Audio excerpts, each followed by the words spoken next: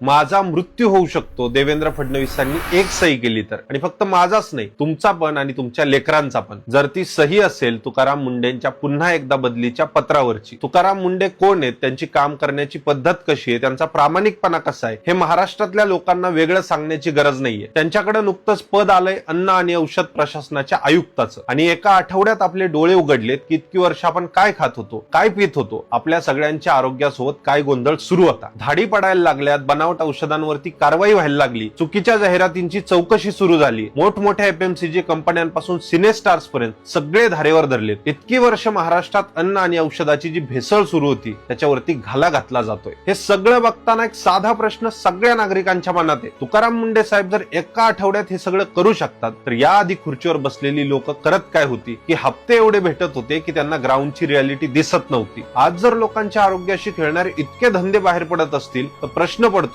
इतकी वर्ष किती लोकांना कोणकोणते आजार यांनी दिले असतील, किती लोकांना कॅन्सर झाला असेल, किती घरांमधला कर्ता पुरुष गेला असेल, आणि सगळ्यात महत्वाचा प्रश्न हा पण पडतो, या सगळ्यांची जबाबदारी कुणी घेतली असेल. इथं भ्रष्टाचार फक्त पैशांचा होत नाहीये, तुमच्या माझ्या ताटामध्ये विष पेरलं जातंय, आपल्या लेकरांच्या धमन्यांमध्ये केमिकल सोडलं जातंय. म्हणून हा प्रश्न फक्त तुकाराम मुंडेंच्या बदलीचा नाहीये, तो तुमच्या माझ्या जगण्याचा प्रश्न आहे. आणि या महाराष्ट्रामध्ये कुठल्याही अधिकाऱ्याने जेव्हा सामान्य माणसाच्या जगण्या मरण्याच्या प्रश्नावरती काम केलंय तेव्हा या महाराष्ट्राची एक परंपरा आहे, त्या अधिकाऱ्याची बदली होते. त्या परंपरेचे सगळ्यात मोठे विक्टिम स्वतः तुकाराम मुंडे साहेब आहेत. त्यामुळे येत्या काळात जर त्यांची बदली झाली तर ती बदली एका शासकीय अधिकाऱ्याची नसेल, तो दिवस असेल ज्या दिवशी इथल्या मुख्यमंत्र्यांनी, उपमुख्यमंत्र्यांनी, मंत्र्यांनी आणि आमदारांनी तुम्हाला मला हळूहळू तडफून मारण्याचा करार केलाय. ज्या FMCG कंपन्यांसोबत, दूध माफियांसोबत, सिनेस्टार्स सोबत तुकाराम मुंडे साहेब टक्कर घेण्याचा प्रयत्न करतायत, ही प्रचंड प्रभावशाली लोक आहेत. त्यांच्या दबावाला न जुमानता जर महाराष्ट्राच्या नेत्यांनी तुकाराम मुंडेंना त्यांचं काम करू दिलं तर मुंडे साहेबांसोबत महाराष्ट्राच्या नेत्यांचंही कौतुक केलं जाईल. आणि जर येत्या काळामध्ये आमच्या कानावरती बातमी आली की तुकाराम मुंडेंची बदली झाली